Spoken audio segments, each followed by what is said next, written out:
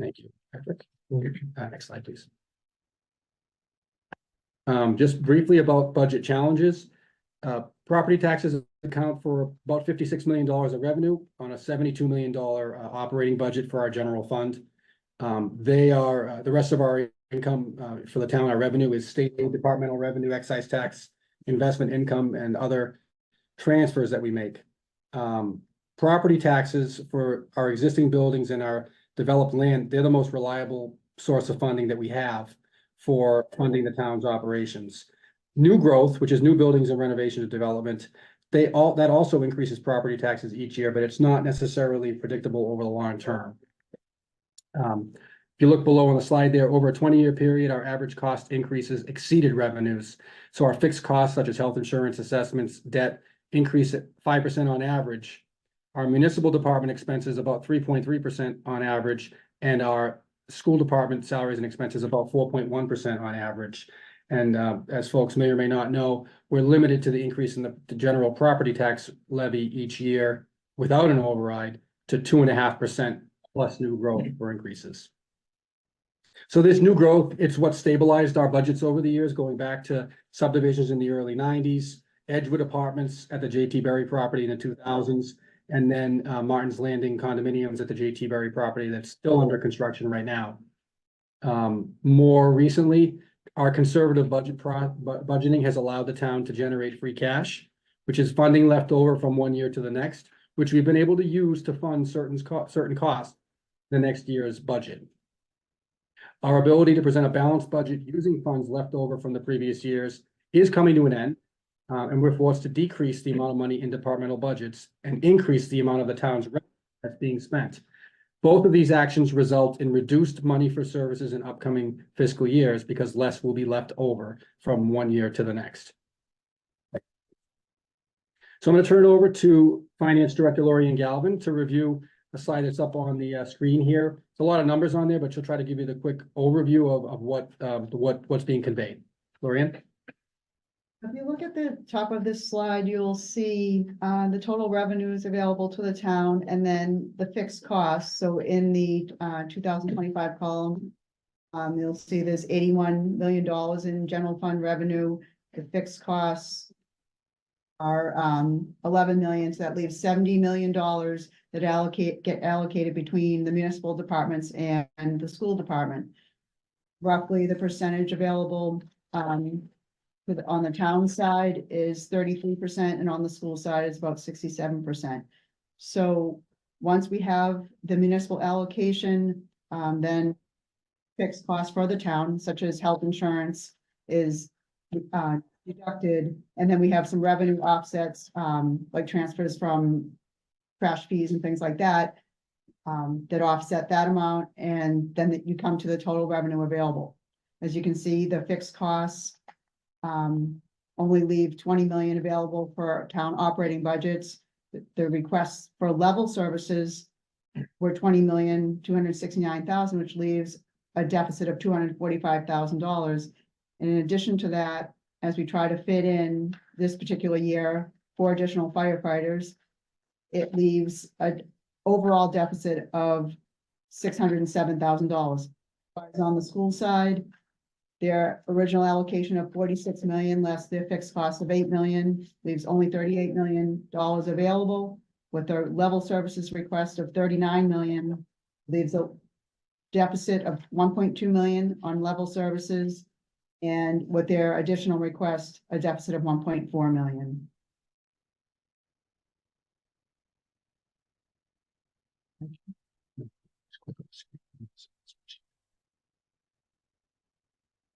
This next slide shows our current situation. If we were to increase our budgets at only 2.5% for the town, the municipal departments and the school department, based on the allowable 2.5 levy limit increase, our fixed costs normally grow at 4.5%. So even if we held to the 2.5%, as you can see over time, our deficit in the long run would be about $17 million.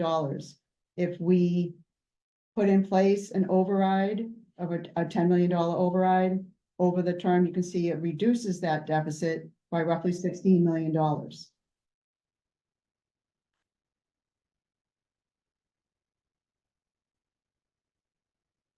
The next slide shows a more realistic growth based on our 20-year history. The fixed costs typically grow at 5%, municipal at a rate of 3.3%, and schools at a rate of 4.1%. Looking at the scenario, the red line, deficit without an override over 20 years, we'd be at a deficit of roughly $49 million, but an override would reduce it in the long run. And as you can see, the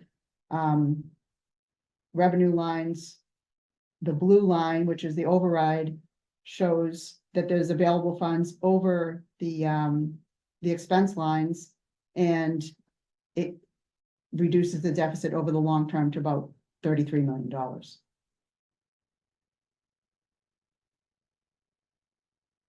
So for, I see we have a great turnout again tonight here. We have 130 people now on the webinar. So that's really great. For those of you who might be new to the budget process, this is something that we forecasted going back a few fiscal years ago. We kind of knew that things were becoming more and more difficult in the annual budget each year. We went through a presentation at June town meeting last year, looking ahead to this year and cautioning that it was going to be a very difficult year. So, you know, the financial planning team that I identified in the early slides has referred back to the select board, the school committee, and the finance committee that there's a need to, you know, to consider alternatives, or otherwise the community is likely to see pretty dramatic impacts in terms of the effect on services. Next slide, please. So at this point, I'm going to turn it over to the superintendent of schools, Dr. Patrick Daly, to talk about the North Reading Public Schools budget. Patrick, if you just let us know, we'll go to the next slide. Sure, next slide's great. So thank you, everyone. I'm Patrick Daly, I'm the superintendent, and I'm going to be presenting here with Michael Connelly, our assistant superintendent for finance and operations. I'd like to thank Mr. Gilleberto and Ms. Galvin for their great work, and all of the members of the finance planning team. You know, every year we come together and we figure out a way to make it work, and to try to continue to offer the same supports and opportunities for students. What we're trying to do here tonight is make sure that for people, some may be hearing this for the first time, some may have been hearing it at our committee meetings over the last few years, but we're concerned certainly about this year, but also about the next 2 years. And that's why we're coming to show you some options and opportunities to support and maintain those school opportunities for students that we've come accustomed to. So this slide, what this shows, we tried to get it into a really simple 2-column format for you. You can see here on the left side, this is the budget that was voted on Monday night by the school committee. On the left-hand side explains with a non-override budget, we have to reduce by 15.2 full-time employees. And that is because we have a $1.2 million deficit at this time. On the other side, you see a column that speaks to what we would get from a potential override budget. And, you know, for those that may think this is wish list items or items like that, what this does, the override allows us to not make those $1.2 million in cuts. Those 15.2 professionals still get to stay with us. And we're adding a few positions. One is a 0.6 of a school adjustment counselor, which helps us reach our goal of having 1 school adjustment counselor at each of the 5 schools. It also gives us a 1.0 academic interventionist, who's a very vital position to help with students who may be falling behind in math and science and reading and literacy, to help them stay on target. And it also continues our plan to reduce our full day kindergarten tuition. Currently this year, it's at $2,500 to reduce it down to $1,500. We are one of only 15 districts in the state that still have a tuition-based kindergarten, and we are committed to a plan through the Student Opportunity Act that we have to submit every year to the state about our progress toward the goal of reducing our kindergarten tuition. So this would help us partially achieve that. But again, that's $235,000 of this year's budget out of what amounts to a total of $1.4 million. So I'm going to hand over to Michael Connelly, who will provide a little more detail here, and then we're going to talk about some of the implications also for the next couple of years, which is something we haven't really got into a lot of detail publicly yet. Great, thank you Superintendent Daly. So as Dr. Daly just described, these are really the two budgets that are for consideration. The school committee did make this vote at their last school committee meeting this past Monday evening on April 22nd. So if we want to go to the next slide, I'll kind of talk about some of the implications of the two budget scenarios that were approved by the school committee and presented and really that have been discussed over a number of weeks since we started this process back in the beginning of March. So the first budget proposal that Dr. Daly just described, the non-override budget, the budget that would be within the available revenues of the community, which was the budget that was 3.9% higher than fiscal year 2024. What that budget achieve? It essentially meets our contractual salary obligations and our operational expense obligations. So as we all know, expenses for various contracts, maintenance contracts, busing, utilities go up each year. So this budget, first and foremost, has to meet those both from a contractual salary standpoint with our negotiated contracts with our employees, our unions, as well as on the expense side. So this budget would meet those obligations. Unfortunately, because of the shortfall with available revenues and some high cost budget drivers, we had a little more than a $1.2 million budget gap. So as Superintendent Daly just described, in order to balance that budget, we would have to eliminate a little more than 15 positions, 15.2 FTE full-time equivalent positions. The impact of doing that certainly would result in higher class sizes in student teacher caseloads at all levels. That's elementary through the secondary level. We have discussed that in particularly some of those class sizes at the primary grades, kindergarten, first grade, second grade, really tried to keep those class sizes in a range of 17 and 18 students per class. That's optimum for student learning and engagement. Would be increased to levels higher than we had at 22 and 23 students. At the secondary level, we're looking at just the overall breadth and depth of the curriculum options with advanced placement courses, elective courses, et cetera, would be impacted at the secondary level. The inability for us to achieve school adjustment, increase in school adjustment counselors with the requested override budget scenario would impact our ability to address student health issues as well as nursing coverage. The less digital learning and technology staff for both instruction and tech support. A lessened ability for us to address student academic support systems, and that's something that's been essential that we've really tried to work on over these last few years by really being proactive and having early intervention strategies, particularly at the elementary level in the areas of math and ELA. So you'll see in a moment when I show sort of the list of reductions that would be impacted. Certainly, there would be the expense budgets both in the classroom that the principals and our budget leaders oversee for classroom supplies and technology would be impacted. Custodial staff and our ability to have the appropriate ratios for custodial per square footage area for cleaning, as well as coverage needs would be impacted. We'd have to unfortunately look at our athletic program and the increase to our coach to student athlete ratios. And then just overall, we'd have to kind of tighten and reduce some line items and take it a lot more sort of risk or inherent risk to some of our budget line items. And there would be a greater potential for overages and increased reliance on potentially special revenue accounts like our food service account or overages in certain operational accounts. The other possibility is just or scenario that we have included is increased user fees to families, something that the school committee has had a goal for a number of years not to do. And because of the increase of our busing contract and costs happening in that market with fuel escalation, the shortage of bus drivers, we've seen high increases in our busing services for next year, and we'd have to consider an increased user fee to families. The override budget scenario, the budget that Dr. Daly just described, that essentially was a 7.7% increase over the fiscal year 2024. Would be a budget that meets our contractual salary obligations, first and foremost.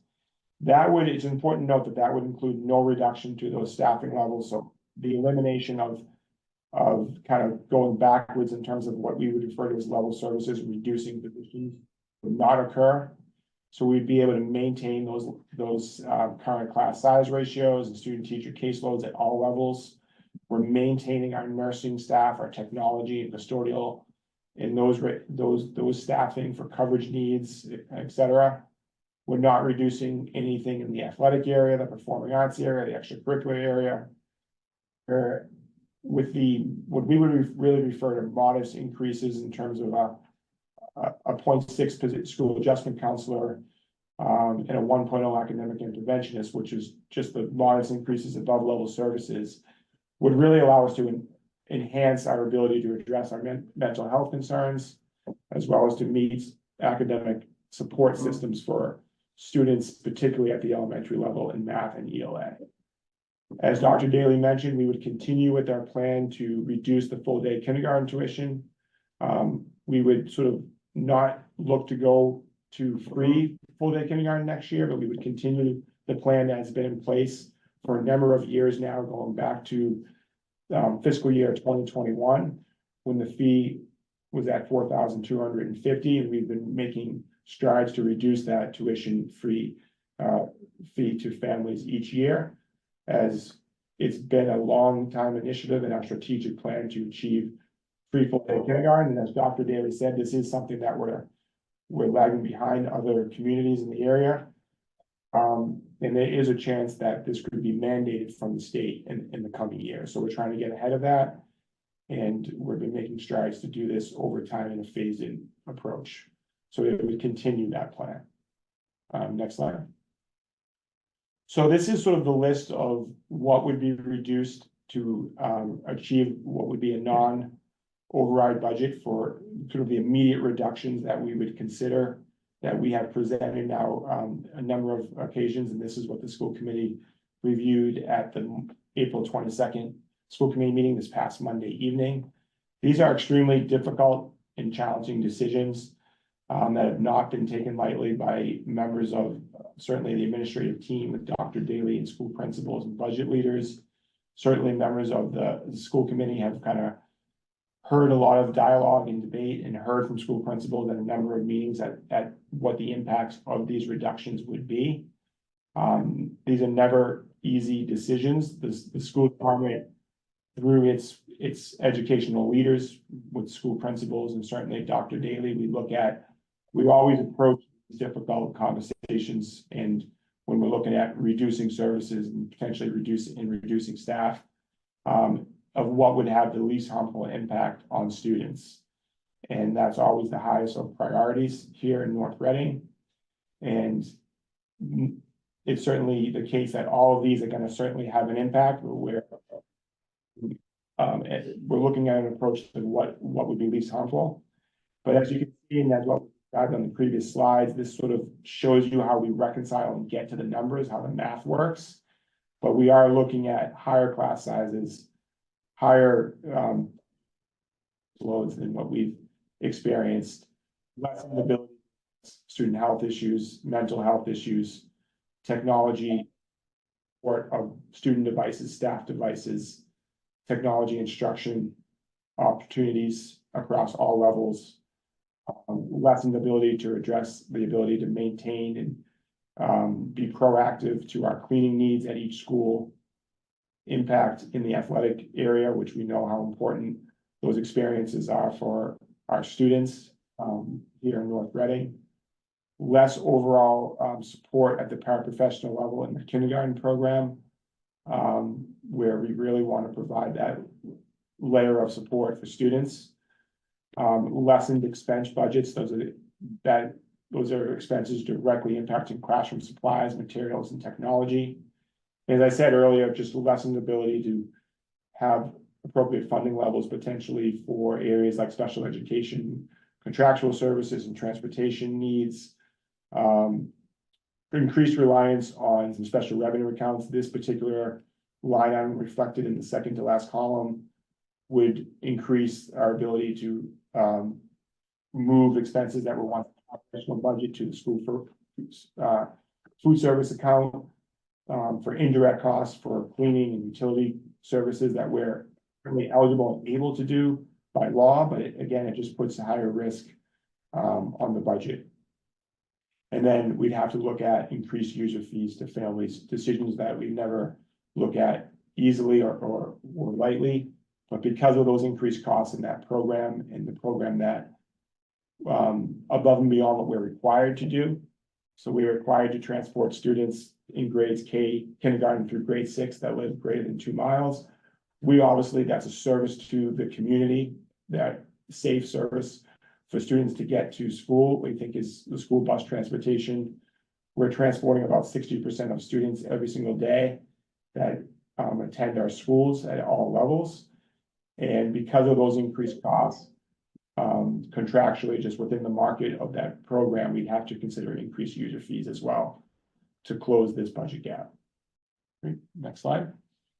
I'm gonna take this. Michael? Yeah, please. So the, this is really the first time we've talked a lot publicly about FY 26 and 27. And from everything that we've forecast here, we see the same potential without new growth coming in, with some of the same challenges lying ahead. So not only would we have all those cuts that we just talked about that would happen this year, for the next 2 years, we'd be talking about elementary and secondary classroom teachers, more teachers, also special education teachers and programs, school adjustment counselors in all schools, which were on our list.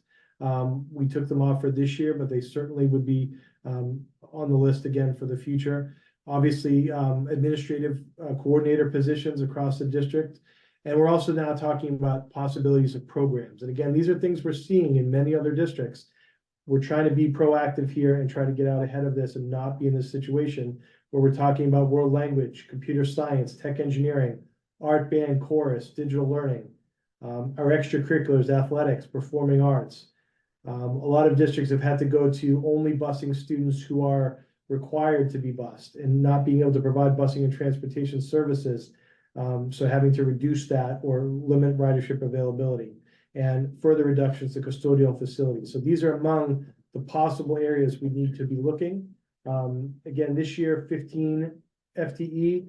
If you were to move that forward, over the next couple of years, we're talking another 15 positions and then another 15 positions, looking at between 40 and 50 positions over the next, 3 years in total. Again, with the full override budget, all of our salary and operational expenses would be met. We would not have any reduction to our current staffing levels. We'd maintain these level services throughout the 3 years, maintain nursing, technology, custodian levels.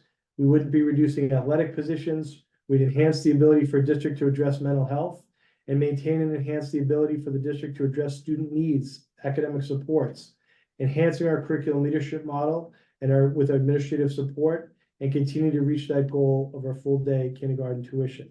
So we understand that these, inflation costs and the costs are hitting everyone. What we're trying to put together is an opportunity to see the value in investing in our schools in our town, and what with those increased costs, what you would get and what you would not lose. That's what's really important for us to communicate to you tonight. Next slide. Do you want to speak to the per pupil expenditures? Thank you. So we wanted to address an area of the per pupil expenditures in North Reading, and sort of how we compare both to the state average as well as to some of our peer communities. This has always been a benchmark that North Reading historically has looked at as a ways to see where we are at in terms of our funding levels with the state and with communities both in the area and that are our peer districts. And we've always kind of somewhat prided ourselves that we are below the state average, below many kind of communities in the area, and we are providing a very high education. We are performing at a high level in certain state assessment tests. So certainly we this is based on last fiscal year data, which is the most current data available, and it's published by the Department of Education annually. And where North Reading currently stands is we are below the state average.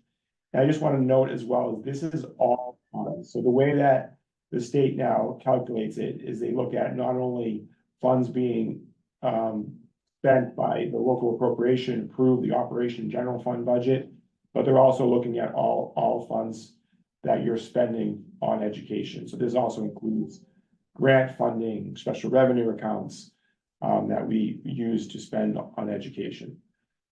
So North Reading continues to be below the state average. When you look at the all funds program at $20,852 per student, state average is over $21,100 per student. And as you can see where we compare with other communities, we're sort of right in the middle. And many of these area communities are higher than us. So we believe we're still providing a very all-around solid education for families at all levels at a very affordable level. There also were some questions that have recently come up as we look at the potential reductions to classroom teachers impacting class sizes at all levels, elementary and secondary level. Where we actually stand in terms of our North Reading's class average size. We look, again, this is across all levels, as well as the state average, and again, our peer communities.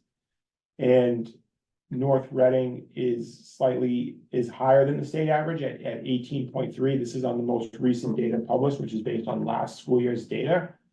And the state average is a little bit less at 17. You can see where we rank in terms of our peers. We're third highest on this list of our peers. So we continue to, over the number of years, have made strides to reduce this amount, but we're still above the state average and third highest amongst our peer group. And certainly when we're looking at the potential of reductions even further to close that $1.2 million budget gap in the very near future for next year, several classroom teachers were listed on that reduction list, which would certainly impact these numbers. Right. Thank you, Michael. Appreciate that thorough review, and thank you, Patrick, as well. Again, this is Michael Gilleberto, Town Administrator. I'm going to quickly go through some slides relative to the municipal budget. So that's all of the town's departments, with the exception of the school department. Next slide, please. So this is a slide that gives an overview of the town's, the municipal department's financial position. And on the slide, you can see we had a level services deficit, which is basically taking everything we're doing right now and rolling it forward into the next fiscal year of $245,188. This year, we're recommending to add 4 new firefighter positions to the North Reading Fire Department, which is an additional new expense of $341,714. That creates a new total deficit for fiscal year 2025, which starts July 1st for all of the municipal departments, of $586,902.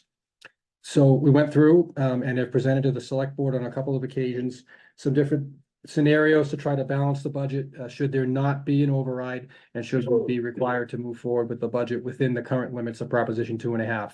I'm not going to go through everything on the list here. The top line there is $87,000 in corrections and funding certain small expenses with free cash, which, for those who don't know, is funding left over from the prior fiscal year. We had a couple of vacant positions that were initiatives that we were really trying to get off the ground that we thought could have a really positive impact, the grant manager being one of them, to try to identify grants. We have been able to identify some grants using other personnel in our departments that worked hard, but we were really looking over the past couple of years to try to get a program off the ground that would be a more robust grant program. We had a couple of other reductions below there that would affect the operation of town departments, IT, and the call firefighter training as well. as well as an elimination of I'm sorry, I can see it doesn't show up there, but it's a DPW business manager position, which would have assisted with project procurement and billing oversight. Again, it was a vacant position that we hadn't filled. And then we went to a category down below that basically is projected to impact what's left over from the budget from one year to the next, what we call free cash. And it's reducing a series of accounts, including police overtime, fire overtime, and veterans benefits. It would limit our flexibility to cover an unanticipated emergency events, and in all likelihood require a transfer for some other funding source. It would also put us in a situation where, we have uncertainty, where we've run into challenges in other departments and maybe have been able to transfer from these departments in any given year. And of course, when the budget goes as close as planned over the course of the fiscal year, the funding has been left over and carried into a future year for sustaining services here in town. I'm gonna ask, so this will all be posted online at the end of the presentation. So I'm gonna ask to go to the next slide because I know we're going kind of long here. The key for the municipal budget impacts is on the listing, you saw a series of vacant positions and a number of things that probably won't have a direct impact on frontline municipal services in the upcoming fiscal year. I want to make that, that clear. It's a challenge for us to balance the budget, but it won't necessarily have a direct frontline impact in the first fiscal year. It's going to create a situation where it's extremely challenging in fiscal year 2026 and 2027, where the only place we'll have left to turn to make reductions will be in areas that will have direct impacts in terms of the services that the community experiences out and about here in town, at the town hall, at the library, could put in jeopardy at the senior center. It could put in jeopardy municipal positions or perhaps even small municipal departments. We're here, having this conversation with the financial planning team and the elected officials because we're forecasting this. We want to make folks aware of it. We want to provide the opportunity to take action if that's what the community sees, to try to maintain the level of services that we have here in town. The other thing I will just note is when we make reductions to expense accounts, it does expose us to the risk of underfunded department budgets, which means when we get toward the end of the fiscal year, if we run into an unanticipated problem, we may not have a funding source to try to address it before the year ends, which is not the situation the town has been in recent years and not a situation that the town wants to be in. Next slide, please. So just summarizing the options, our financial planning team, again, has managed the town's budget using new growth and free cash to stabilize things and bring a balanced budget to town meeting with relatively little impact on services. Those solutions, they're running out, leaving the town with only two options. One is to reduce school and municipal services and potentially our capital investments to match our forecasted revenue with extensive impacts over the next few fiscal years. And another option is to increase property tax revenue in the form of a Proposition 2.5 override. Next slide, please. I'm going to ask Finance Director Laurianne Galvin to just review some of the information concerning the override, which will be on the next couple of slides. So, Laurianne. So if the total request for an override were $10 million over the subsequent 2 years at a 2.5% growth rate, it would result in revenue of $10,506,000. If the fixed costs are $3,850,000, and that is primarily debt and capital needs. We have 2 major bridges or culverts that need to be replaced with bridges, and the purchase of a ladder truck that those projects are outside our ability to pay the debt service from within our operating budget. And then the addition, our annual debt service is about $1.6 million. We've been using free cash transfer into our capital improvement stabilization to fund that debt service. And unfortunately, as we push our budgets tighter and tighter, we do not have the leftover revenue or appropriation surplus at the end of the year to generate free cash to cover that. So that would have to come from the operating budget. So once the fixed cost, it leaves $6.6 million for the to be shared between the school and the municipal departments. If we apply the typical percentages of 66% for the school and 33% for the municipal share, You can see how, the school is allocated 4.4 million and the town, municipal side 2.2. The budget needs that each is identified, you can see there, and over the balance of 3 years, if we were to, make this last, would result in a surplus of $111,000 by the end of the 3rd year. Next slide. So this slide is sort of a summary of the override. And again, we're talking about phasing this in over 3 fiscal years, fiscal year 25, 26, and 27. But the categories starting from the top, Chestnut Street Bridge debt service. Chestnut Street's been closed for almost a year now. We were required to close it earlier than anticipated and before we were complete through the design and permitting process. But we are going through that process and we're making good progress to get to a position where we'll be able to put the project out to bid. But it is still some period of time away and it is a very expensive project.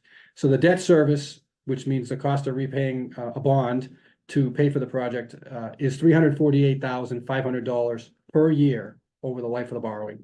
Similar situation for Burroughs Road has been developing.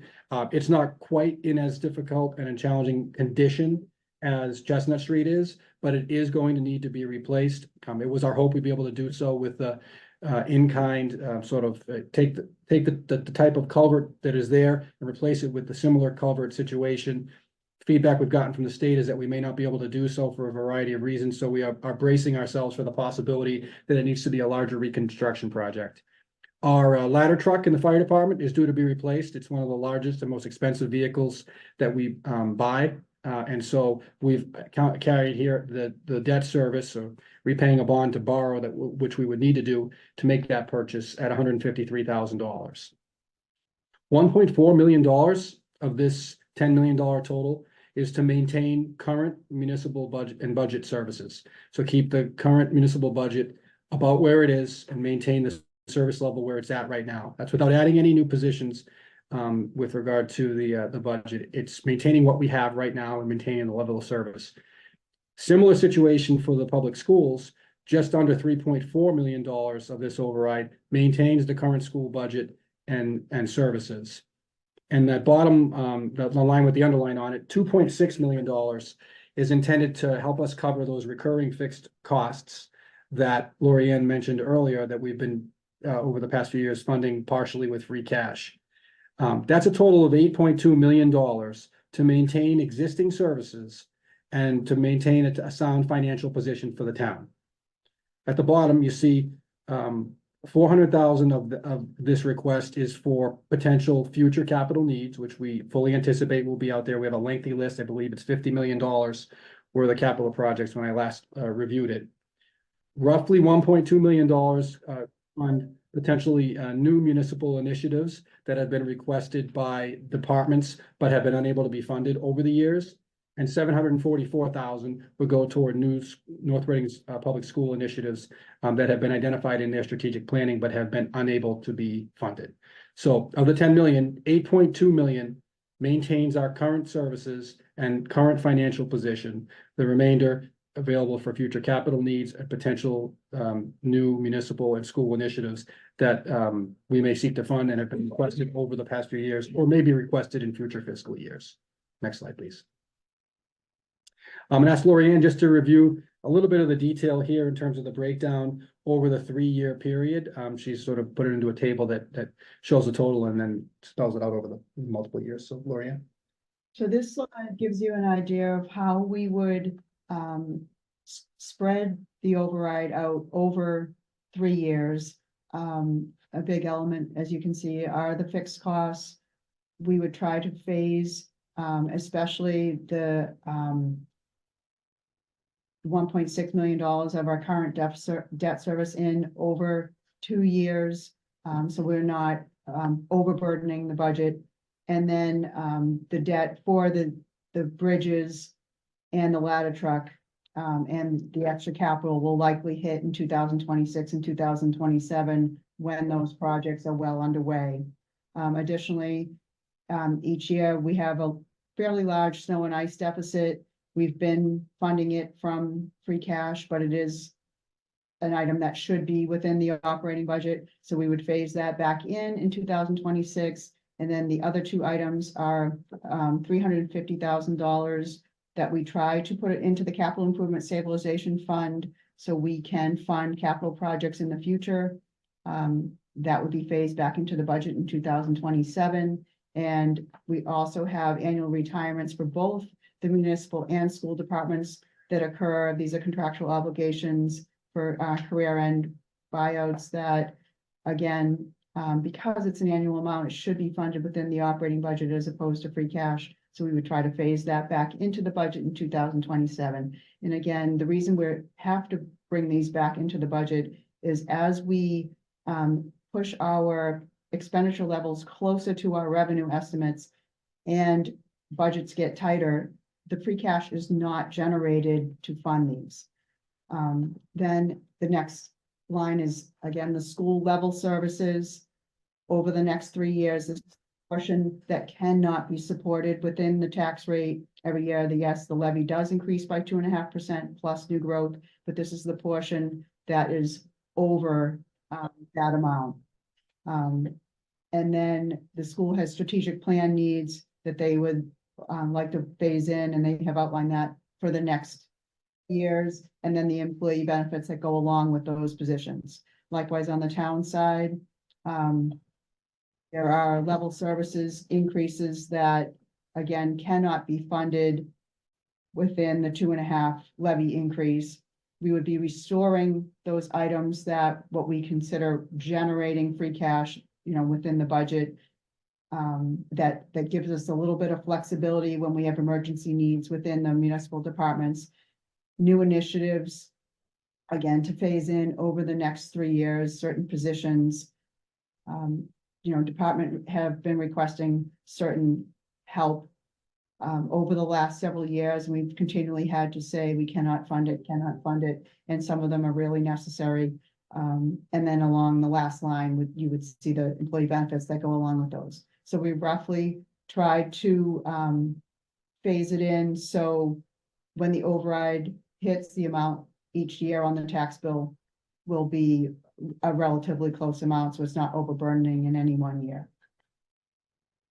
Next slide, please. Thank you, Laurianne.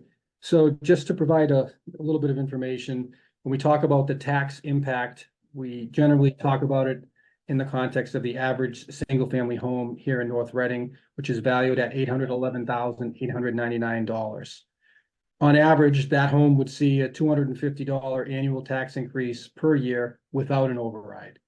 That amount is subject to change in accordance with market conditions, individual home improvements, overall town property valuation, and other factors that annually affect property taxes. The impact of a $10 million override on the average single-family home valued at that $811,899 would be a total of $1,721 and 22 years spread out over 3 years. After the third year, the override remains in place. The total impact on the rate itself is $2.12 per $1,000 of valuation over the 3 years. If you want to figure out for your house exactly what that impact might be, you would take the assessed value of your home, divide it by 1,000, and multiply it by $2.12. I just, I do feel I'm under an obligation to note that in the absence of an operating override, the debt for the Chestnut and Burrows Road culverts, as well as the ladder truck, will likely need to be funded through a debt exclusion, which is a different type of tax increase, separately as soon as this fall in order to maintain progress with those projects. Next slide, please. Laurianne, we just want to review kind of the impact over the fiscal years there. So as I described in one of the earlier slides, you're spreading the impact out over 3 years. So if in the first year, we have fixed costs of 800,000, municipal initiatives of 374,000, and the school level services shortfall of 1.2 million. I'm sorry, that is municipal level services needs. This first bar is the level services impact. An $811,000 home would be $405 in the first year. $592 in the second year and $405 in the third year. So as you can see, the primary impact of the override is for level services. So a total of $1,404 over 3 years for level services. With the green bar, you'll see that the phase-in of new initiatives costs $89 in the first 2 years and $146 in the third year for a total of $324. So you can see the total impact on the tax bill for the level services plus the additional needs in the first year would be $495, $682 in 2026, and $552 in 2027 for a total of the $1,700. Again, that's all on the average single-family home, which is valued at $811,899. Next slide, please. So this is just a snapshot from actually a state website that it provides a calculator for a Proposition 2.5 override, just sort of showing everybody the source of the information that we're using when we come up with this calculation.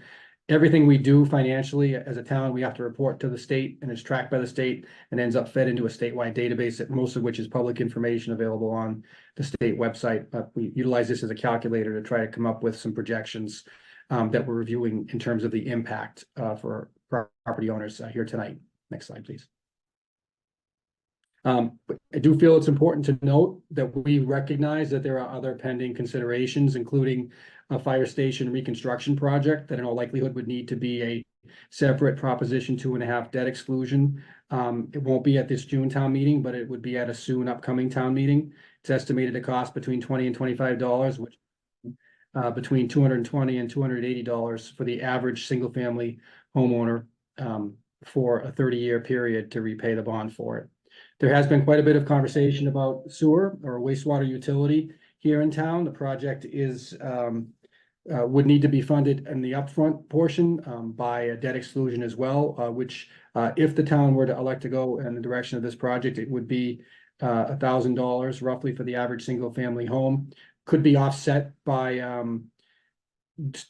grant funding. It could be offset by connection fees by folks who choose to log in who choose to tie in. And it's also important to note that wastewater capacity could allow for housing and economic growth, which could bring additional tax revenue to assist in stabilizing the town's finances in the long term. Next slide, please.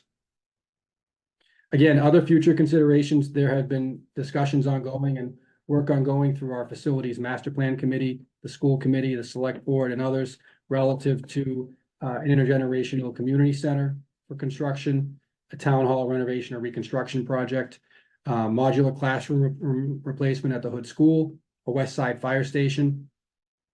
And we also have historic buildings in the Damon Tavern and the Third Meeting House that are also in need of improvements due to their age and condition. These projects would all likely need to be funded utilizing a debt exclusion, which would be a separate tax increase that would be considered at a town meeting and be subject to a ballot vote, separate from what we're talking about. Next slide, please. A question we've received often is why not use other available funds? We've already adjusted fiscal year 25 to rely on funds that would generally end up being left over at the end of the previous year.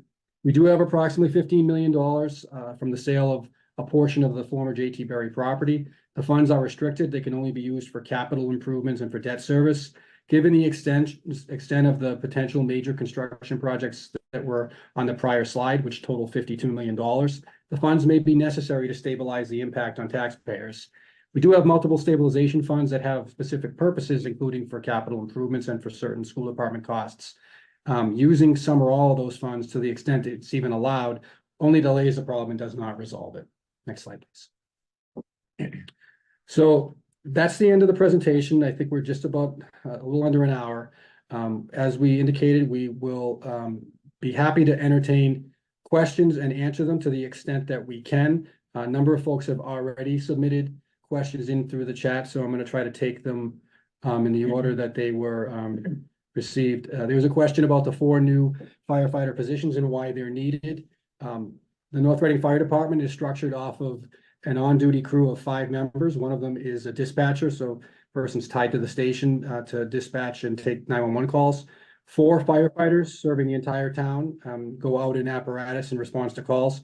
Any additional staffing that we need is funded utilizing what we call a callback system, where off-duty firefighters are notified, and if they're able to respond to address this. Over time, as it's become more expensive to live in town, it's become more difficult for employees to live in town. Employees are required to may need to seek employment elsewhere that doesn't let them respond to callback when they need to. So we've seen a decline in the amount of participation and ability for off-duty firefighters to respond. The chief, working with the finance director, myself, the select board, has developed a plan where ultimately, if we're able to increase staffing, we'll ultimately get to a point where we won't need to rely on calling in off-duty firefighters for as many calls as we need to right now. So one component of that is going to regional 911 and freeing up the desk dispatch firefighter to be available to respond to emergencies. And the other component, which we've already taken steps to do it, but don't expect to have in place until later next year. The second component is hiring the 4 firefighters that I just described here. There was also a related question about the number of house fires in town, the year for which I most recently have information available, which is calendar year 2022. There was a total of 2,695 calls for service. 1,638 of those were for emergency medical service. So that's the overwhelming majority of calls. It's ambulance-related calls for medical issues. 50 of those calls were for building fires, and there were number of other categories for responses that the fire department responded to that I'm not going to review in detail. I'm just going to pull the chat back up here. A question about when the vote is on this override. It's a great question. There's 2 components. One is a vote at town meeting, which will be on Monday, June 10th at North Reading High School in the gymnasium. There is no capability to participate virtually or remotely for that. It's open to all members of the public, but only registered voters may participate. So you need to be a registered voter here in town, and you need to attend in person to participate in the vote. The second component is a ballot vote, which is probably what we're all more familiar with, which is going to St. Teresa's, our polling location for all 4 precincts, and casting a ballot vote. The select board will confirm the date for the election on their meeting on May 6th, but we are anticipating election day would be Tuesday, June 18th. I am expecting that the town clerk will recommend that we put in place an early voting situation, so residents will be able to vote potentially early. They also definitely will be able to vote by mail if they requested to do so. Was a comment with regard to reducing costs and not add to them, and stating that the $10.5 million is too extensive. You know, we've gone through, and believe it or not, each year we're required to adjust and reduce something in order to keep the budget balanced. As we described in the presentation, we're running out of those options without having a direct impact on the services that are being provided here in town. Was a comment about veterans benefits being reduced. Again, that reduction was presented in a category where we regularly are seeing a surplus in the account. We're put in a situation forced to identify ways to balance the budget, and this was one of many that was identified. All of the folks involved in the budget making process share the commitment services, but we're also at a point where we're left with few options. If one of these accounts sees a shortfall, we're forced to go back to town meeting to fund it. So I don't want to give the impression that somehow, you know, a benefit is going to be turned away. Same for police and fire overtime. But what it means is we may be forced mid-year to make a reduction somewhere else in order to achieve that. And that's certainly not a situation that we want to see folks be in. There was a comment about salaries townwide and reducing them in order to avoid an override. Certainly understand the comment, but I can say that in all areas of service that we provide, we need to have personnel, and we are experiencing the same challenges that nearly every employer is seeing. Ability of the workforce and the wage requirements for employees. There's a question about snow removal money when it only snows once every winter. We have a snow removal appropriation. Laurianne, is it $125,000? $175,000 per year. I believe we have exceeded it in each of the 10 years I've worked here in town. So even in a winter when we don't see a blockbuster storm, or we may only see one storm, any instance where there's a light snow, or more commonly now, an ice event in the overnight, or even during the day requires a response, those tend to be, they may be short duration, but they can be expensive. They require us to put salt out on the roads. When we exceed that amount, which again, I believe we've done every year that and that's not uncommon, by the way. But we generally need to go into free cash in order to fund the deficit, which again, as we described earlier in the presentation, is a declining number. And based on the adjustments we have to make for FY25 without an override, will be an even lower number. There was a question about viewing the tax bill impact slide longer. Laurianne, I think you're still sharing. Can you go back to that? And we'll just put it up for a minute or two.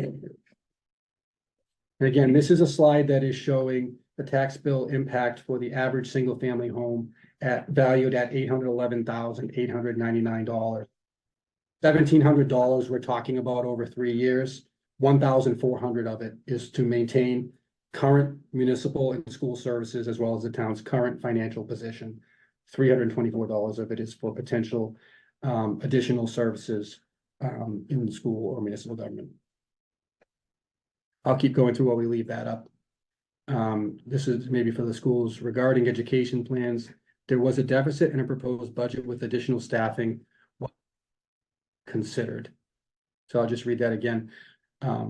Regarding the education plans, there was a deficit and a proposed budget with additional staffing was a middle ground. I can try to address that. So I think what you're referring to was the school department, through our budget process and presentations, we were initially looking at three potential budget proposals, one of which was the balanced budget that would have required the reduction we ultimately presented and talked about this evening. Again, that would not require override. There was a column that was just strictly level services. And again, when we say level services, we're looking at to maintain all of the current services that we currently have. That's the class size ratios, programs, adjustments for all our expenses, special education needs, which is ever changing. And it's a lot of these things are out of our control, just like based on the information we know. Budget was slightly less than the budget that was ultimately adopted by the school committee of 7.7%. I will say we did over several iterations of our budget and feedback that we received when we presented our preliminary budget back in March, reduce some of our initial recommendations and new positions and new staffing down considerably to get to what we would consider a pretty modest amount of only an addition of a 1.6 FTE that is really a high priority needs to move the district forward to address some really key initiatives in our strategic plan with school counseling and mental health needs and early intervention and academic support for our elementary children. So we really looked at that amount, which is really about a very small amount that we felt we were adding to our essentially our voted and approved budget that would require an override. So I think the answer is yes, we did consider several different options. And we felt that we wanted to first and foremost achieve level services and then just make some very modest enhancements that we did really significantly back down because of the financial situation. Great, thank you, Michael. Appreciate that. Question is, what happens in 2028? So as a financial planning team, we all try to look ahead, and the challenge with the override is the longer that you want to make it last, the more it costs. And that's a challenge that we really wrestled with. I think that our hope is that the situation to be able to move forward over a 5-year period. I think that was sort of our goal. I think that the extent of the challenges is we're able to project forward, and we sort of, I think, put a natural cap in the conversation. We got to $10 million because of the expense and because of the concern of the impact on the homeowner. You know, we have a plan to make it work through fiscal year 25, 26, and 27. In 2028, there will be challenges. You know, I think our hope is that we'll have the ability to balance the budget without anything overly dramatic happening. But that is, at this point, 3 years away. Very difficult for us to predict that. And Mr. Buckley, the school committee chair, has his hand up, so please, sir. Yeah, I'll just add that the further out you get, the harder it is to project what happens. We don't know what inflation is going to be in 3 years. Most contracts are only for 3 years for town employees. So for example, we know what the contracts that are settled will be over the next 3 years. We don't know what it'll be in year 4 and year 5. So it's really hard to project more than 3 years out because on the school side, 83% of the costs are salaries. And so it gets really, it's hard to go to the town and ask for a solution for something that's more than 3 years away when we'd have no real understanding of what the cost will be later. So follow-up question here was, what's the 2.5% increase based on? If I understand it right, it's a great question.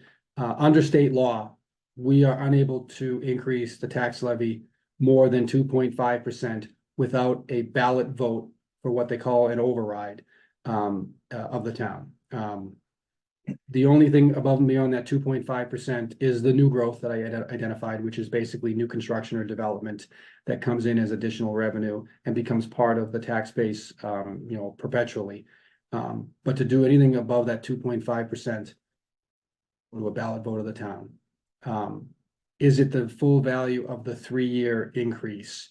The 3-year increase reflects the amount that we identified to resolve budget gaps for the school and municipal departments, as well as cover our fixed costs and the major capital projects that I identified. So that's where that number came from. And as Mr. Buckley indicated, became very, very challenging to try to project a number per year in terms of what the needs might be. Question was, could we list the number of debt exclusion you hope to get passed in the next 2 years? I think the fair answer to that question is that there really is only one that's in the 2-year cycle that's, you know, firmly on a track to go in that direction. And that is the fire station project, which I think we were hoping to bring as soon as this June, but isn't going to be brought forth until probably at least the October town meeting this year. There's obviously an extensive conversation going on about the wastewater project, and that is would also be a debt exclusion as well. But as I presented in the last or 2 select board meetings ago, there's a number of challenges that we're facing with regard to that, and we know that there's a lot of concern from the community. And it really will be a question about, you know, do we want to also provide the opportunity for additional development and for the revenue that comes with it or not? But again, there isn't a timeline for a town meeting on that project at this point in time. Question was, has there been any consideration of increasing commercial property taxes at a higher rate to help reduce the override on residents? So the select board considers doing this under state law every year. It's generally in November, what they call tax rate classification, the public hearing that the select board holds. The challenge is that we're at roughly 88% of our tax base is residential property, be it single family homes or condominiums, with about 12% being commercial, industrial, and personal property. So the concern has been, because of how small a base we have that's not residential property, the impact, a relatively small impact on residential property has an extraordinarily high impact on small business. And so I think that's a fair way to describe why the select board has been hesitant to do that. Wastewater was a component of a discussion about, you know, possibly we saw development because of wastewater. We might be able to have a shift in the tax rate if we got closer to the low, you know, to the high teens, almost 20% commercial, industrial, personal property. We might be able to do that. But at the current ratios, the select board's position has been it's just too little an ability to reduce and too much of an impact on the limited small business that we have here in North Reading. all the comment about the property taxes in North Reading, has it been a thought that families will leave town due to the tax rates? Meaning could an increase in taxes have a negative effect? I think we all certainly recognize that that's a potential impact on people, and that for some folks, it could be the difference between their ability to stay in the community or not. I don't want to understate, we recognize that, but we do also feel it's critically important to make the community as a whole aware of the potential impacts if we don't consider making an adjustment to our revenue stream. I think Yeah, go ahead, Scott. the only other comment that I don't think was in the slides, if you look, we're not the only town asking for an override. When we look back, it's been 20 years since an override was passed in North Reading. And since that time, about 75% of communities have voted on an override, and about 60% of communities have passed a Proposition 2.5 override. So we are in the minority at this point in time by not passing one in the last 20 years, whereas 60% of towns have passed one since we did. Great, thank you, Scott. That's a great point.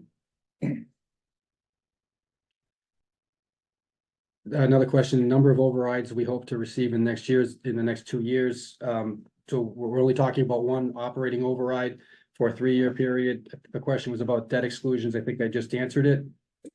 Has there been any projections on potential new revenue from the sewer project? And if so, how far out are those to make an impact on payback on the project itself and the other town costs and expenses? So the answer is to that question is yes. We have a couple of studies that we have asked for and received that show projections. Obviously, the sewer can't be up and running until it's approved by the town and until it's built out, which is roughly a 3-year process after approval. But we do have projections that show us being able, to the development associated with it, which is likely to be condominiums and multifamily style housing, as well as the commercial development. Generally, the tax value that comes in with those parcels exceeds the cost to providing support for those parcels, especially when you're talking about multifamily.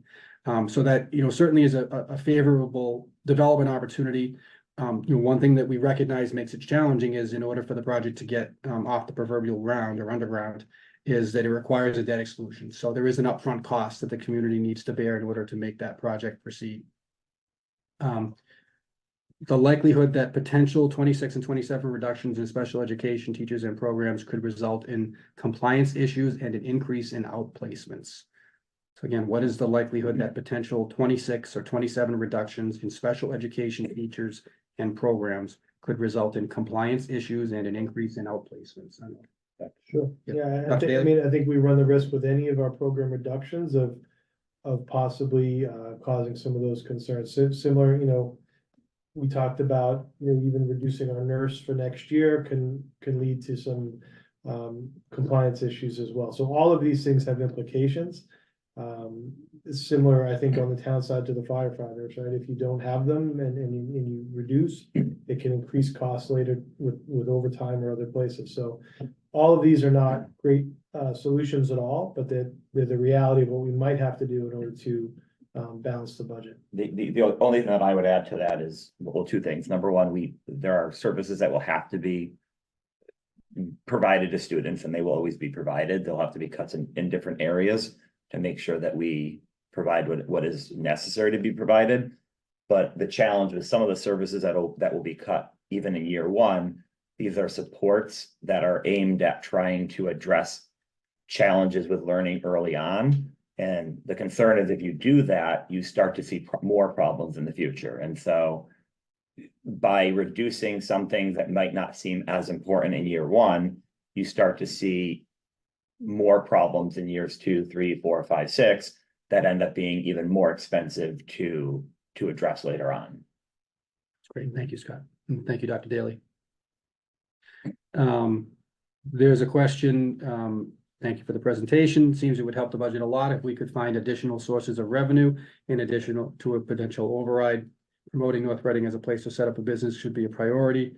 On that component, I would just say that we do have an economic development committee, and they do work to, and they have been working on a marketing plan. There's been some advertising that we've done to try to attract interest here in town. One of the things that we do here is a limitation is our wastewater capacity. I can tell you that we get asked by developers, it's a question that they have for us.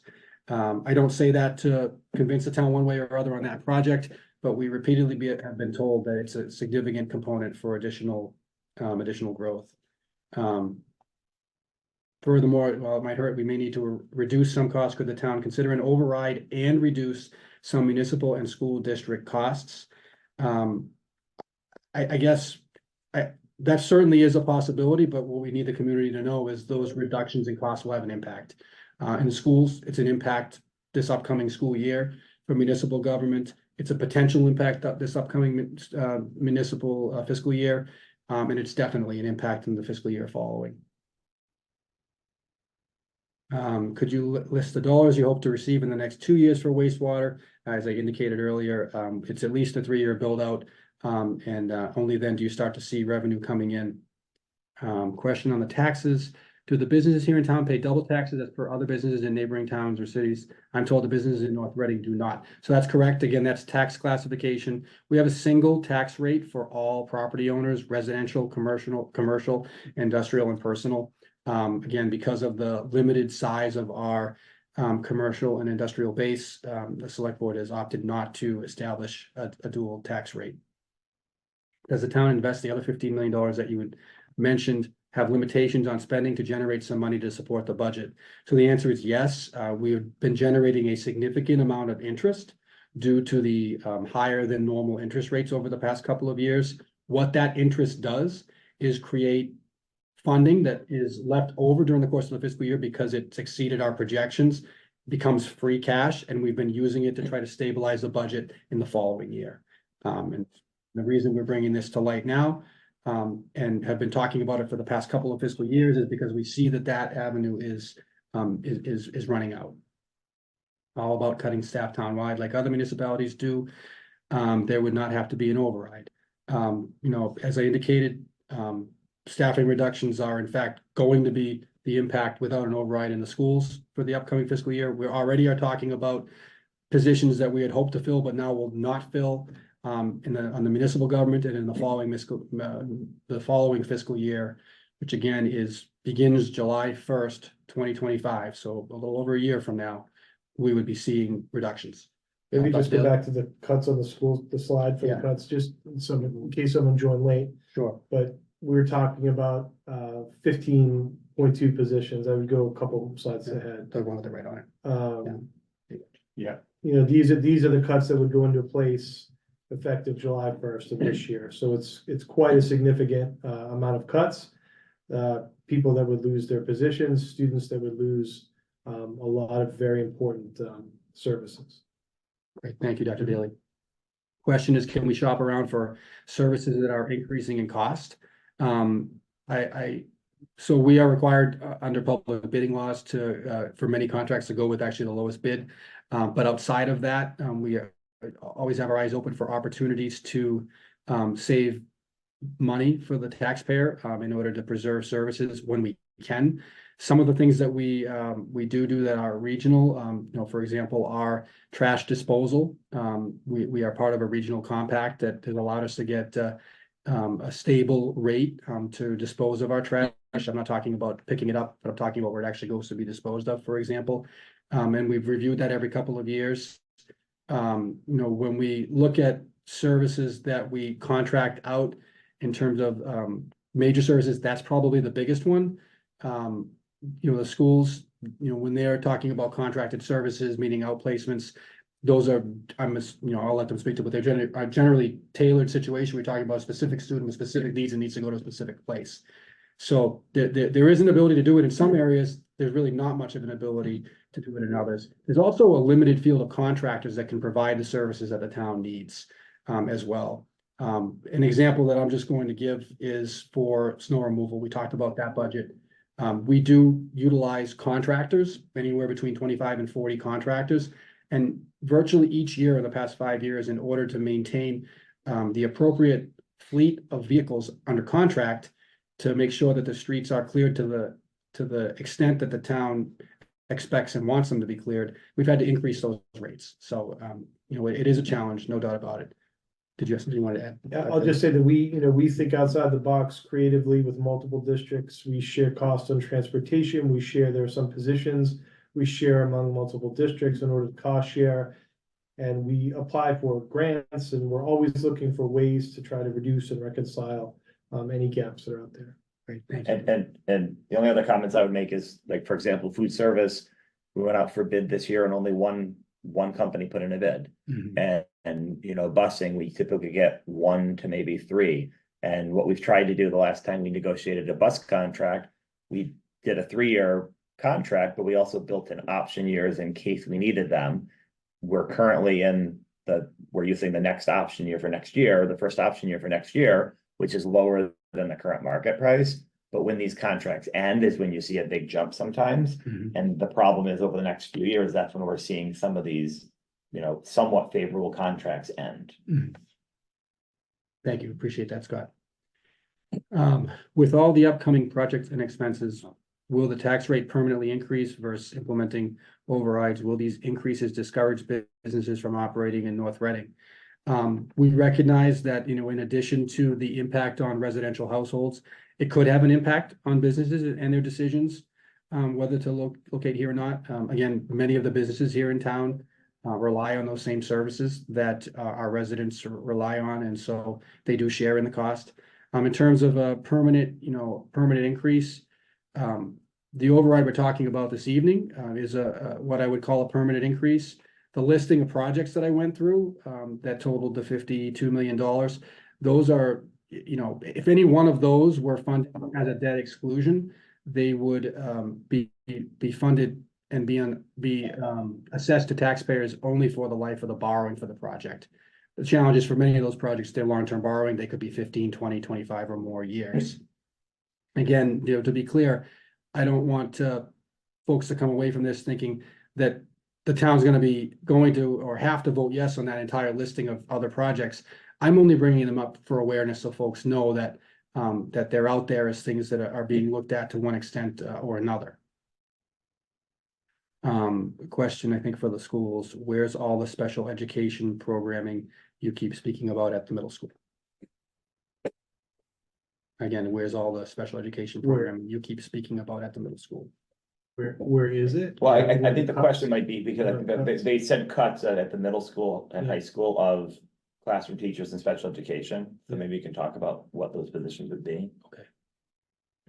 Cause you know, we have like 6 teachers and it says Yeah. teachers and special education. I think it's that comment that. For the 26-27. Or no, for 2025, remember the teachers, the middle school says middle school teachers and special education. Yeah, I'm so, guessing the you know, question is at this special time, we're not gonna get into specific positions, people, we can't get into that level of granularity, but we're talking about, you know, the reduction of some, you know, classrooms and some you know, it's a mixture of classroom, middle school, high school classroom, and special education teachers in order to balance the budget. You know, we look at many different ways to try to make this not impact current staff who, you know, who would have a job here next year.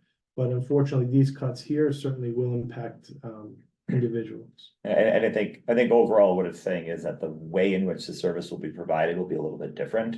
And it might mean some larger class sizes and just a different delivery of the services. Right. And while you're going through this, Michael, I just want to take one moment to say, these are excellent questions and the exact questions that we wanted to hear asked. So I just want to thank everybody for doing them. I mean, we appreciate hearing this. We've been talking at meetings for months and there haven't been many people there. And we know some people have wanted to ask questions. So really very much appreciate the commentary, because these are the exact points that we want to hear from you as we're making these final decisions. So it's great to hear these questions. That's great, thank you for. So, and as Mr. Buckley said earlier, we're not talking at this point about eliminating programs that are existing for students. Students have their IEPs and individual education programs that we need to meet. We're not talking about changing that, but it's about different models of delivery that might consolidate and change things in order to, you know, the way we design our programs is for flexibility. So when a new situation arises, someone moves in, or a child is identified with needs, we have that flexibility. Some of the changes we might have to make would eliminate some of that flexibility, which is not ideal by any means, and could result in higher costs down the road. But those those are the kind of decisions you have to make when you need to cut $1.2 million. Thank you, Patrick. Appreciate that. Question is, what amount of increased taxes will residents need to plan for if residents approved all debt exclusions, overrides, and wastewater overrides for the following 30 years? Laurianne, could you just go to the slide that has the intergenerational center on the top of it? We'll put the slide up there again. As I indicated, these are all decisions that the town is going to have to make at various points in time. There isn't really a timeline for many of them, and many talked about for more than the 10 years that I've worked for the town. So, I don't want folks to have this impression that they're all going to be dumped at town meeting, in 6 months or a year from now. But I do want folks to be aware that they're things that folks are discussing. The other thing to note on that is there are other things that are bonded right now that will fall off the list. Mhm. So there are always projects that get funded this way that are debt exclusions that are funded for a certain period of time, and they will fall off, and then others will go on. And so I think the town for many years has tried to stagger projects where when one project is coming off, then there could maybe be another one that is funded. So it won't necessarily mean it goes above what you're paying right now. If some of these are funded 10, 12 years from now, there'll be other projects that have fallen off that list by then. Mr. Buckley, that's a great point. There are a number of projects for our debt service, and they're listed in the warrant, which will be mailed to all of your homes for June town meeting. One that I'm going to just pick on is a police department reconstruction, which did not include any of the fire department. That was an early 2000s project. It was a debt exclusion. Eventually, we're going to retire the debt service on that.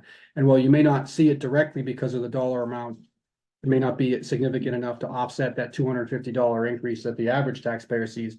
It does actually cause for there to be a reduction. So it's a moving target in that debt service falls off and debt service comes on depending upon the fiscal year. But for a debt exclusion, which is those major projects, it does require that second vote at the ballot by the town. Please, yeah, thank you. Question was, if this override gets approved and property taxes go up, will assessments go up as well? It seems that would significantly increase property owners, or I assume they mean the obligation. Thank you, Patrick. The comment that I'll just offer is that generally that state law restricts the ability for taxes to be increased above 2.5%. In the what I'll say volatile housing market that we've seen, what has been happening is that the residential values have been increasing at a much faster rate than commercial, industrial, and personal values have been increasing. So what that means is it may be we're capping the tax levy at 2.5%, but as that shifting is happening, it's putting additional pressure on property owners. So there certainly is the possibility that other impacts could take place. And again, I mentioned it could be market conditions in a particular neighborhood or with regard to a particular size house, and comparable sales that can also impact the valuation. So there are a number of factors. But in order for all of those factors, they're moving around the tax levy that overall can't increase more than 2.5%, which is what's causing the restriction and the pressure on the ability to provide services that we're talking about here today. I think the only information we saw referencing opportunities to increase revenues was in relation to the sewer utility project. What other prospects are being pursued to drive additional revenues and avoid an override after override? So, to be clear with regard to an override, the last time the town approved an override was in 2004 for, I believe, fiscal year 2005. I think there was a failed attempt in 2009 for an operating override. The 2004 override was specific to the schools and it did pass. We've looked at where the alternatives are. It really is development.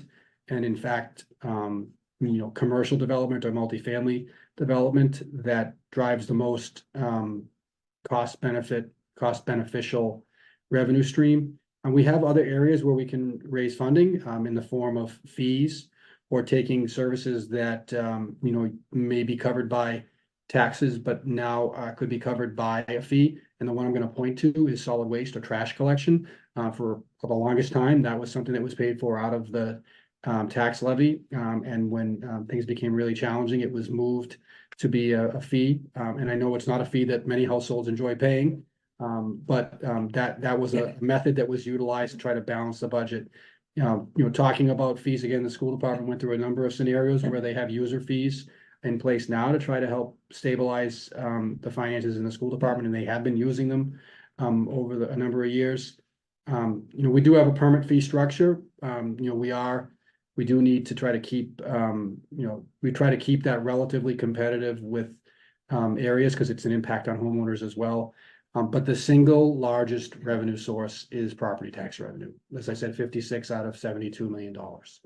And the only thing I would add is there are a lot of groups that look at potentially other avenues to raise revenue.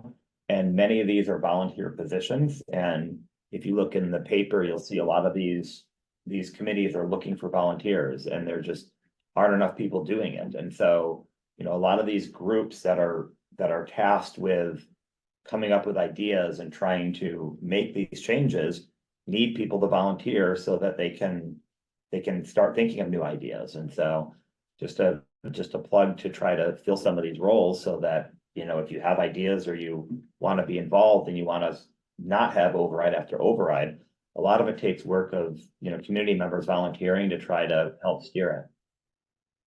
Thank you, Scott. Question was, how many homes are in North Reading? And of those homes, how many are homes with children in the school system? So I think I'm gonna go off the water billing. I think it's like 5,200 homes receive a utility bill for water and trash collection. So roughly 5,000 is the number. I don't know if the schools are able to answer the number. I would say about 1,500. About 1,500. Okay, so roughly 5,000 total, roughly 1,500 with students in the school system currently. Are there any plans to recruit more business into North Reading to increase revenue streams? That is something that our Economic Development Committee has been working on. We did have a marketing campaign a couple of years ago to try to attract interest. We do try to support businesses, whether they're coming here or whether they're here and are looking to stay here. And we do so to the extent that we can. But there are limitations in our ability to do so. There are market conditions that are at work as well, that are impacting decision-making, beyond just the cost, but also the location. But where we can assist, we do. Never allow a crisis to go to waste goes for the town planning to cut expenses. The town needs to be a true partner in cutting expenses. I guess what I would say is over that 20-year period, looking backwards, that we use to project 20 years forward. In the years, where we didn't see the new growth in that particular year, that is exactly what happened. We needed to make reductions here, there, or wherever in order to balance the budget. But that may be the direction that the town wants to go in now. And I can't stress enough, it's a decision for us, and I'm including myself as a resident, us all to make, with regard to the services we get in the community and what the tax implication is. And it's the decision that town meeting will make and that the voters will make. Does the level funded budget as presented include a 2.5% increase without an override? So Laurianne answers yes to that, right? Yeah, so that's the limit that we're seeing right now. Again, it's 2.5%. We plus new growth, and we are nearing the end of construction of the Pulte development over on across from Benevento. So that is on top of that 2.5%, but again, that is coming to an end. And we don't anticipate being able to rely on that revenue as new growth revenue in future years. Regarding the school budget, without an override, it seems like mostly educators, e.g. nursing, sped, seem impacted without any administrative positions be cut. So we did share out that in FY 26 and 27, there are definitely administrators that would be cut as well. The only other thing that I would say, just in 83% of the budget are salaries, but when you look at overall the administrative positions, we're about 25% less currently than the state average for administrative positions. So we are already below the state average for those positions. And so, Mr. Connelly, can you talk about like what percentage of the budget it is and what the average typically is? Yes, so we we really don't have a lot of sort of extra administrative positions beyond you know, kind of what's required in terms of having the educational leaders Like at each 3% school. now. So actually, there might be a backup slide in that, but we have 3% of our budget is made up of administrative costs. And that includes salaries and some just expenses. If you go down, there's another one, this one. And then the state average, as you can see, is higher than that, it's at 3.5%. And if you look at our peers, we are very, have low administrative costs. So the majority of our expenses are spent elsewhere on instructional services, which is where we want to see it. And then kind of our operational needs. Yeah, and in some of the past years that I've been on the school committee, there have been positions that opened up that were not replaced. So ways in which budgets have been balanced in previous years have been directly from administrative positions. So I don't think, from a school committee perspective, I don't know of any specific positions in the administration that I would ever recommend cutting, because we're already below what I think is actually a good, safe percentage. Yeah, I just wanted to add that I do understand that idea that, you know, I think this slide articulates, you know, that people would say we're top heavy. We're really not. We're well below the average. And, you know, there are mandated things that need to be done by administrators, and, you know, investigations, legal documents, a lot of, you know, Department of Education, national and local requirements that have to be done by administrators. And we need those people in those positions, as well as the day-to-day leadership and safety of our buildings. As Mr. Buckley alluded to, we've also, and we didn't really say this clearly, but you just did, but, you know, we haven't been bringing this forward for the last few years. We've always found a way, and a lot of that is through not replacing positions. And we've basically exhausted all of those ideas, not replacing a retirement here or there for different positions, consolidating whenever possible, automating things. We've been doing those things for years and years, and that's how we've achieved those level budgets in the past. And what we're saying now is, you know, please consider that we are out of those options, and we are now getting into some really painful cuts, and that's what we're sharing tonight. And a lot of grants, the school gets a lot of grants, and those grants are applied for and obtained directly by the administrators in the district. So a lot of these, Mr. Connelly is a great example of that. He does a very good job of finding grants that are available and applying for them on top of his other responsibilities. And that has directly saved hundreds of thousands of dollars each year to the district by receiving grants. Great, thank you very much. Appreciate that response. Question is, if the override is not approved, what is the likelihood of the teachers' union going on strike? So, you know, I think I could address that. I think we did see that in a lot of our communities, and a lot of other communities. We are currently in the process right now of settling with our teachers. It's been a very productive conversation. Our teachers were very reasonable. And we always want to be fair with the market, and to give our teachers something that's, you know, recognizes the great work they do. This is not a situation that our unions have forced us into these positions. I think our unions helping to rally to support our schools, and I think these cuts would be very, you know, detrimental to our students. But I would hope that this would never amount to a strike, because I think through our negotiation process, we're in a very good place. But we might see a lot of advocacy, because I think these cuts would really change working conditions, and obviously everyone's concern is for the impact on students. Yeah, strikes happen when you don't have a contract. We're close to resolving the contract, and so do not anticipate a strike. It will just be painful cuts. Great, thank you. North Reading spends thousands and thousands on outplacing students for, I think, special education. It's ridiculous. Why don't you cut some sports and music art costs to take care of special education students? Yeah, I'm not sure the two necessarily have anything to do with the other. North Reading spends thousands and thousands on outplacing students. Why don't you cut some sports and music arts costs to take care of special education students? I'm sorry, I'll just say that we always, you know, our goal is always to place students in the least restrictive environment. Our goal is to always have students in district programs. And that's the place where we want them to be. If the district is unable to provide those needs for those individuals, then they're placed in outplacements, but I don't think cutting other opportunities across the board would really necessarily make much of an impact in that direction. And I'll just note, our special education expenditures in terms of how those compare towards our total expenditures as well as our out-of-district costs are very much trending right at or below the state average.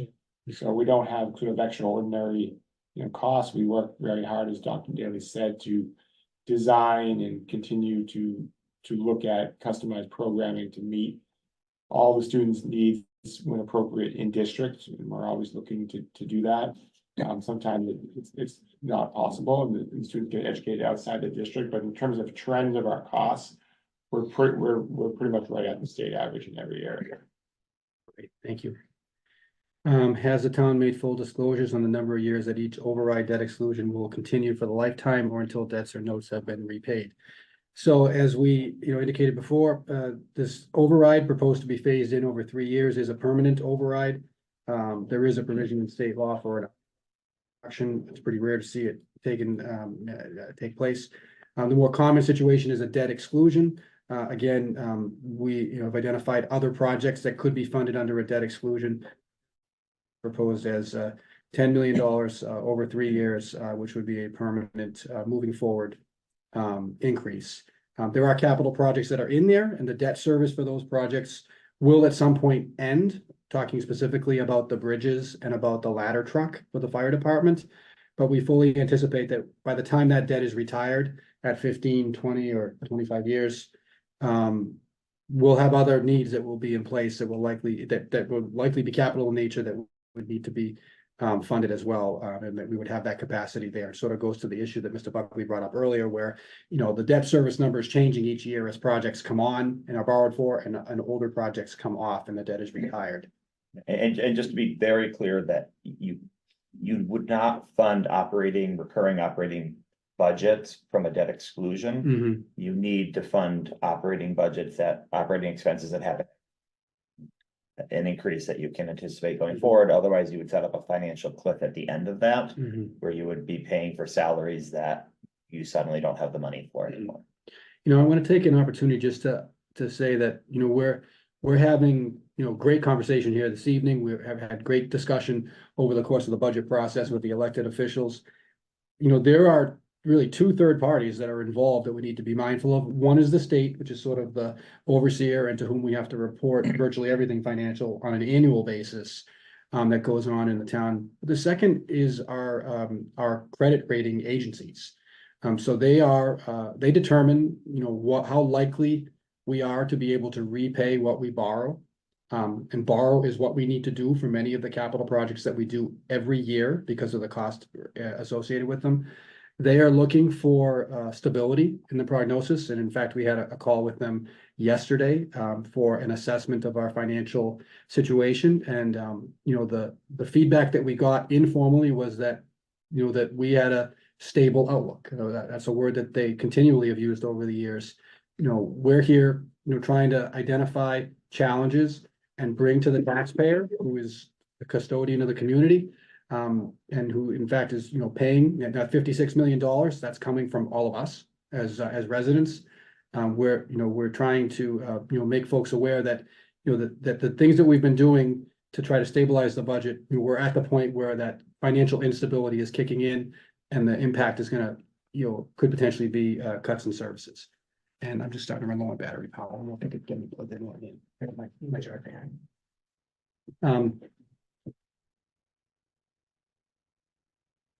Can you review the numbers or amount of increase a month for residents for an override? So we'll scroll back to that slide that we had with the tax bill. We don't have it broken down per month. Obviously, you could take the numbers that are on the slide that are here and divide them by with the answer to the question that's been brought up. I will leave that slide up for folks who might want to do that. For many folks, we recognize that you may have and you may be paying your taxes to your bank, and certainly that this would be an impact that would come through in in that fashion. For others, we know that you don't have a mortgage, you have to write the check on a quarterly basis, and it may be a more dramatic impact because of that, and we recognize that as well. But again, we're trying to make clear what the potential impacts might be and what services might be in the community here. Can you show the slide that explains the potential proposition tax increase calculation? So I think if that's referring to the Division of Local Services slide, we can put that up if folks want. I'm gonna wait just another minute or two for anyone who might be viewing this, and then we'll change to that slide and put it up for folks to see. How about doing advertisements, billboards in town that our state highways have to increase revenue? So we actually did do that. Our Economic Development Committee, utilizing some grant funding, put up an ad, try to get the attention of someone who might be coming through town, to try to get their attention and potentially locate their business.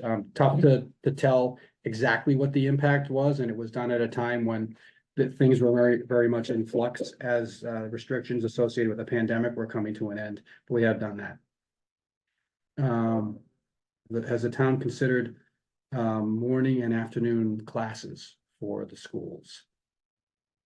Has the town considered morning and afternoon classes for the schools? I don't think I don't there'd believe be, so. I don't think there'd be economic savings necessarily from that. I mean, you'd still need the same time on learning, you'd still need the same staffing. 83% is of the cost is staffing, so I don't know how that would be an economic savings. I mean, your cost, it'd be beyond contractual time. Yeah, I'm not sure if someone wants to email me with an idea, but I don't understand, the concept. Okay, thank you. How about solar power or panels in town to increase revenue?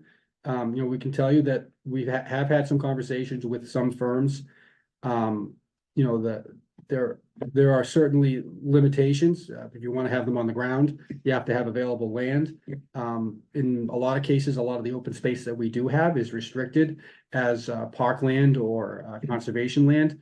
We have evaluated other parcels that might work, and I recall that there was an effort to look at doing something on the school property a couple of years ago, but again, we went out to the market to ask for the feedback, and it really didn't come back favorable, which is why we didn't end up pursuing it. Yeah.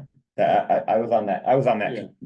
I worked on that one, and I will just say that the RMLD is wonderful to the schools. They give a reduced rate. So with solar, you could either use the power yourself or you can sell it back to them. Selling it back to RMLD, there has to be a demand for it. There wasn't a lot of money that we generated from that.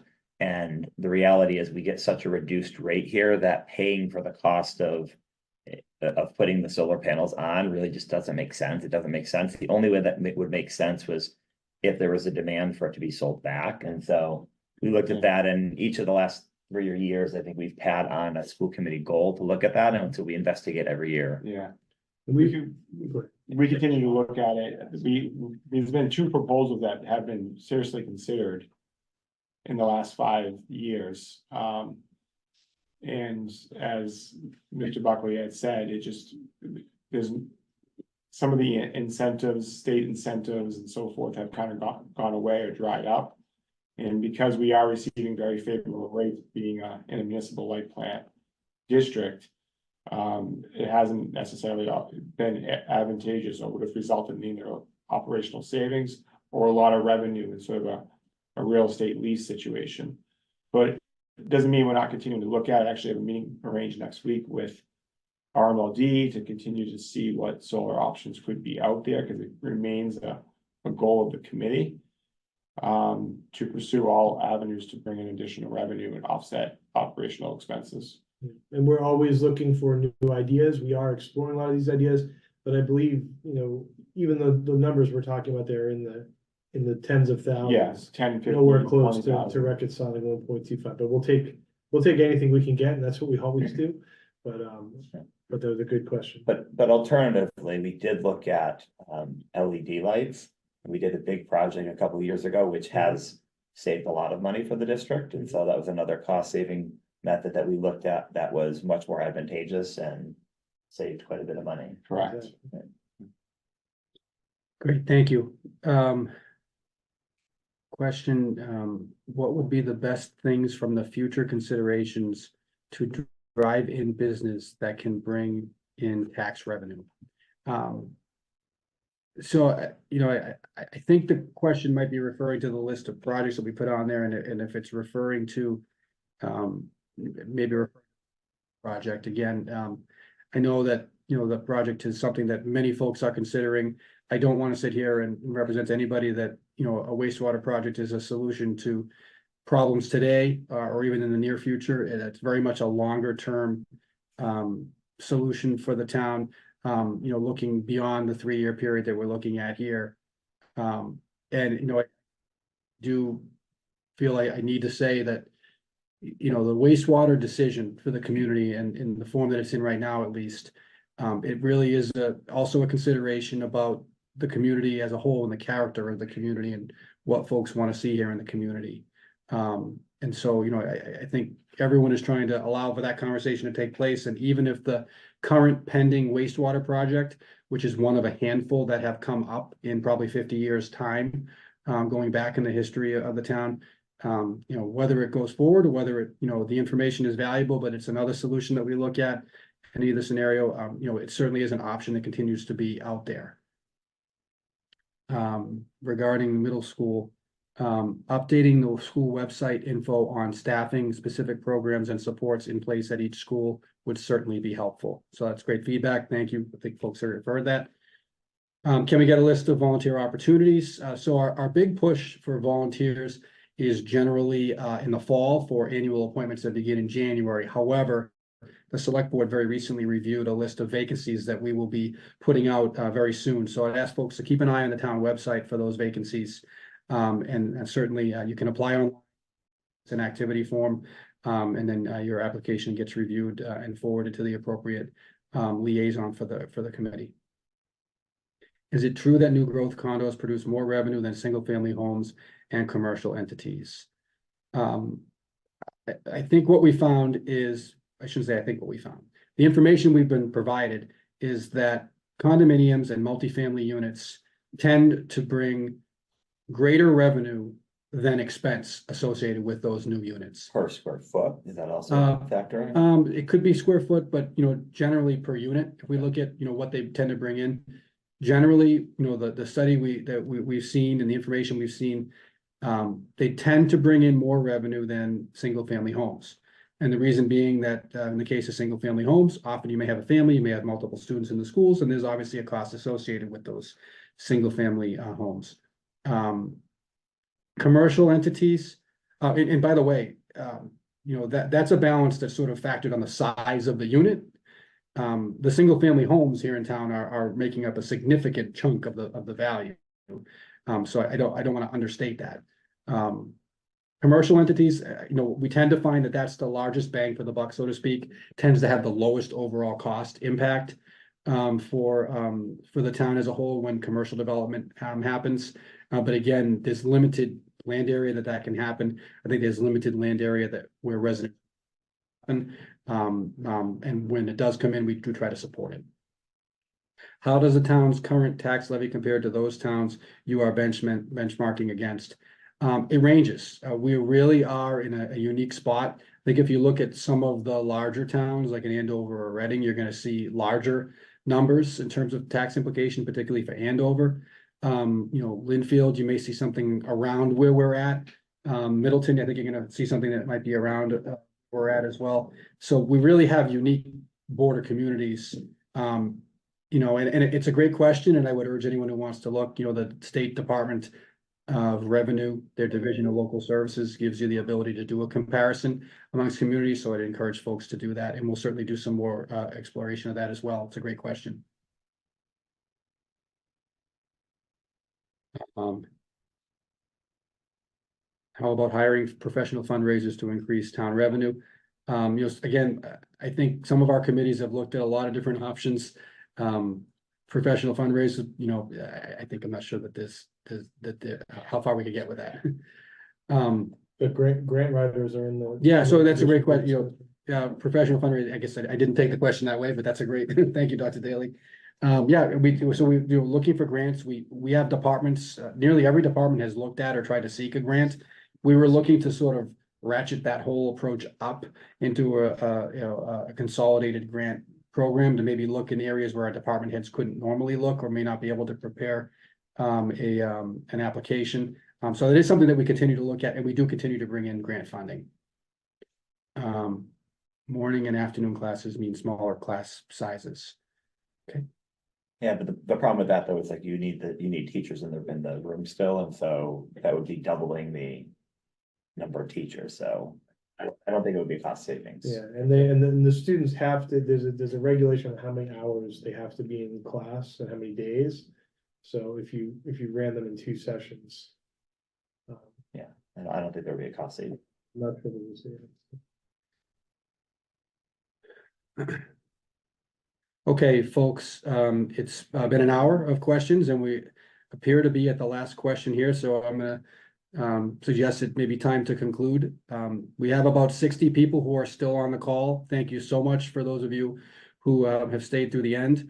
There were at one point 150 on here during the course of this evening, which I think is fantastic, that folks are seeking to get information. We really appreciate the questions.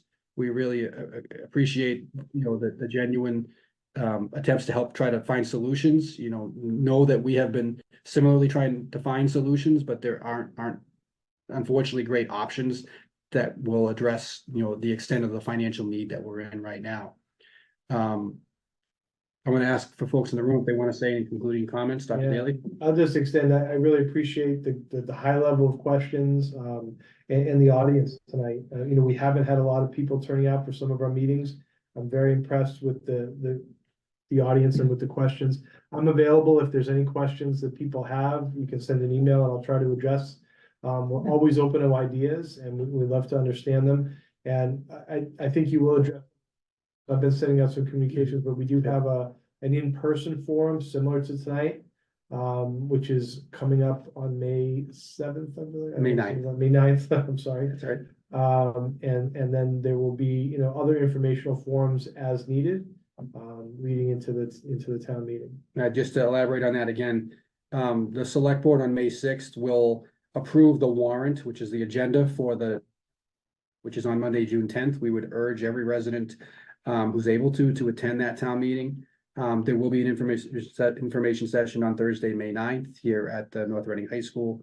And a ballot vote, again, likely to be around that June 18th date. We are gonna do our best to provide some level of childcare on town meeting night, just, on first come, first served kind of basis, but to allow parents with young children to attend together. Great. As best we can. Appreciate that. And I just want to thank the 4 of you for putting the presentation together and for handling this. It's great. As I said before, I appreciate all the questions from the community.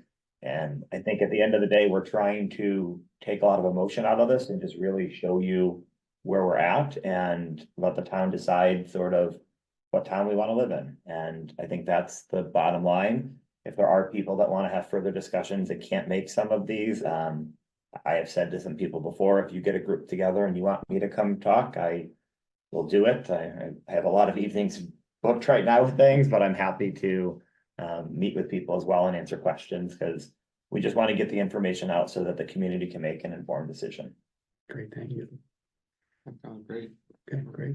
Anything you want to add? But thank you, everyone. Again, folks, appreciate your time this evening. Wish everyone a safe evening and look forward to seeing you at town meeting, if not sooner.